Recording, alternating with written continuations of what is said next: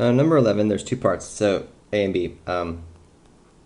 It says to write the arithmetic sequence, and then in summation notation, then evaluate the sum. Okay, well, it says, so we have 10, and then we have 7, and we have 4, and then we're just going down by 3s every time. So I would have 1, and then I would have a negative 2. So this would be the entire thing that we're trying to add up, and I realize that n's not very big, but I could put like 50 here, and we'd have to really use the formula.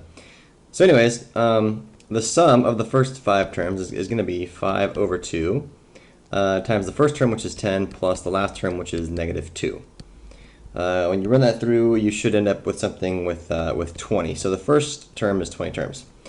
Now, how do we write this in terms of an arithmetic sequence, right? So what we're going to do, sorry for summation notation, we're going to write our sum out, right?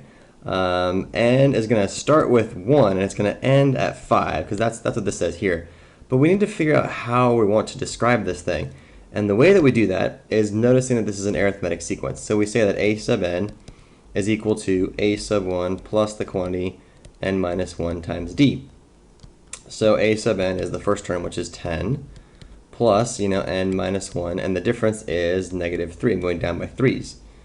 So that's going to be 10, that's going to be minus 3n, and then plus 3.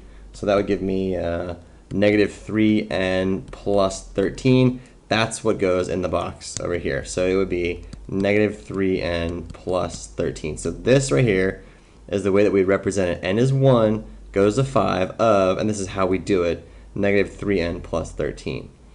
Now, for part B, same kind of a deal here. What you want to do is we want to add the first 11 terms. Well, I don't know what the 11th term in this particular case is because it's kind of far away. So I would just start by saying, all right, well, I know that a sub n is equal to 6 plus n minus 1. And in this case, the difference is 1.4. So I'm going to multiply by 1.4. So when you do all this algebra, you end up with 4.6 plus 1.4n. You show all the algebra in between. So I want the 11th term. So a sub 11 is going to be 4.6 plus 1.4 times 11. So the 11th term turns out to be 20 in this case. That's pretty sweet. Turned out to be 20. So the sum, I want the sum of the first 11 terms. It's going to be 11 over 2. The first term is 6, and then the last term happens to be 20 in this case, so that whole thing adds to 143. Awesome. So now how do we represent that? Well, we're going to go like this. N starts with 1, it goes to 11, and this is how we're representing them. 4.6 plus 1.4 n.